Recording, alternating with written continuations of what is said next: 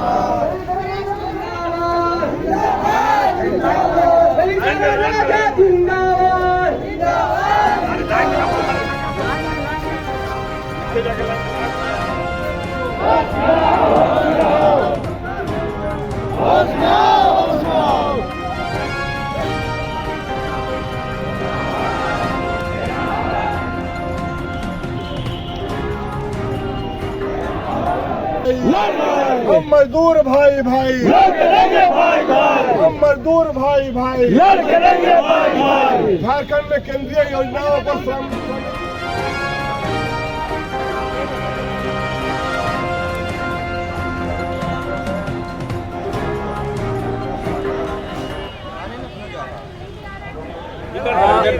आप दीदी आ रही है, उनको जगह दे दो। दीदी को बुला लो। दीदी बुलाइए।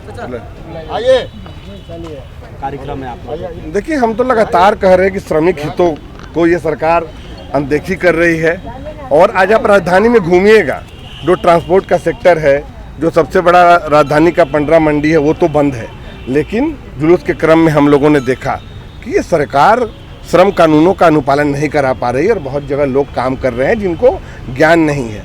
तो हम लोग आज राजभवन आए हैं क्योंकि राज्य सरकार से हम लोग को कोई भी नहीं है कि ये कुछ श्रम कानून को लागू करा पाएंगे या इनके हित में कुछ कर पाएंगे। हम लोग 5 सूत्री मांग देंगे आज राजभवन जाकर। हम लोगों ने मैसेज भेजाया है, अगर लेंगे तो, नहीं तो हम लोग ज्ञापन वहाँ पर देंगे। और मजदूर हित का जो लड़ाई है इसको हम लोग बड़ा करने के लिए सड़क पर उतरे हैं। आज आप देखिए राजधानी में कि धज्जी उड़ाई जा रही है श्रम कानून की। इनके लिए ना आवास है, ना सामाजिक सुरक्षा है, ना महिला बहनों के लिए कहीं पे कॉमन टॉयलेट है, श्रमिक इलाकों में जहाँ ये काम करती हैं, या सामाजिक सुरक्षा की कोई गारंटी नहीं है। मजदूर जब वृद्ध हो जाते हैं तो इनके लिए रिटायरमेंट का कोई प्लान नहीं। तो इन सब को लेकर आज हम लोग सड़क पर हैं और हम लोग इस लड़ाई को बड़ा करेंगे।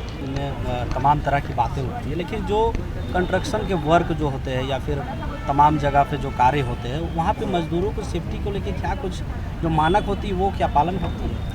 सबसे पहले तो आज मजदूर दिवस के शुभ अवसर पर तमाम लोगों का मैं हार्दिक शुभकामना। हर लोग एक कहीं ना कहीं काम करते हैं, सभी मजदूर ही हैं। तो मैं सबका स्वागत और अभिनंदन करती हूँ। और विशेष रूप से जो असंगठित क्षेत्र में काम करने वाले मजदूर, जैसे आपने ललित ओझा जी ने आपको बताए हैं कि ये मजदूर कहीं ना कहीं ठेला मुटिया का काम करते हैं, लोग बिल्डिंग में काम करते हैं, लोग लोड अनलोड का काम करते हैं। जो संगठित क्षेत्र है तो उनके लिए तो लाभ मिलती ही है, लेकिन जो असंगठित क्षेत्र में है इनके लिए नियोजन नीति बननी चाहिए। इनके लिए श्रम नियोजन जो बनते हैं उनके आधार पर काम होनी चाहिए। लेकिन राज्य सरकार इस ओर बिल्कुल भी ध्यान नहीं दी है, क्योंकि जो भी असंगठित क्षेत्र में रहने वाले मजदूर हैं, छोटे छोटे यूनियन में बटे हुए हैं, उनको एकजुट करने का प्रयास किसी ने नहीं किया है। और आज जिस तरह से रांची में ललित ओझा जी और उनके बड़े भाई, जिन्होंने आज इस दुनिया में नहीं है लेकिन श्रमिकों को एक साथ लाने का प्रयास किए हैं और उनके डिमांड को हर समय लेकर के राज्य सरकार से रूबरू हुए हैं।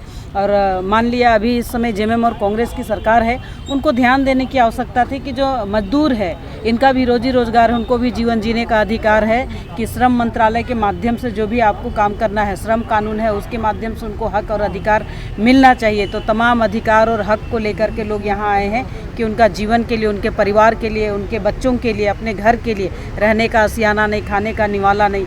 तो ये कहीं ना कहीं अपना जब सुबह शाम इकट्ठते हैं तभी लेकर के आके खाते हैं। तो ये कहीं ना कहीं एक सरकार की दोहरी नीति है। कहते हैं मैं राज्य की जनता के हित में काम कर रहा हूँ, लेकिन आज तक एजुकेशन के क्षेत्र में देखिए लड़कों को ठग दिए, कृषि के क्षेत्र में देखिए किसानों को ठग दिए, और शहरी क्षेत्र में देखिए मजदूरों को ठग दिए। उनका जो रेट होगा सरकारी रेट, वो रेट को भी उन्होंने घटा बढ़ा लेते हैं।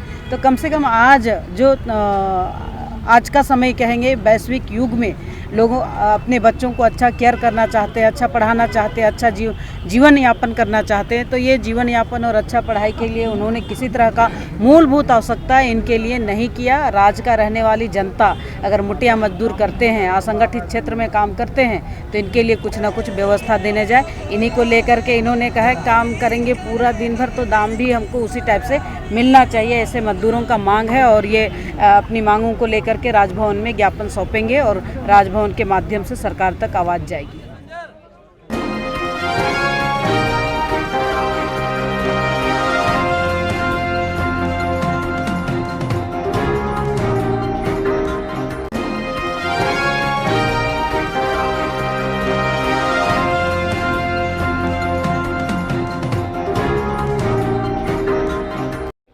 मजदूर दिवस है।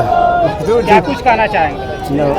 वो हम लोग का बोलने रहता है क्या समस्या है बताइए। आज के लिए मजदूर दिवस है, हक के लिए। आज अधिकार को लेकर के जो है आज लागू किया गया था मजदूर दिवस। हाँ। कितना दिक्कत हो रहा है वर्तमान समय में मजदूरों के लिए बताइए। बताइए।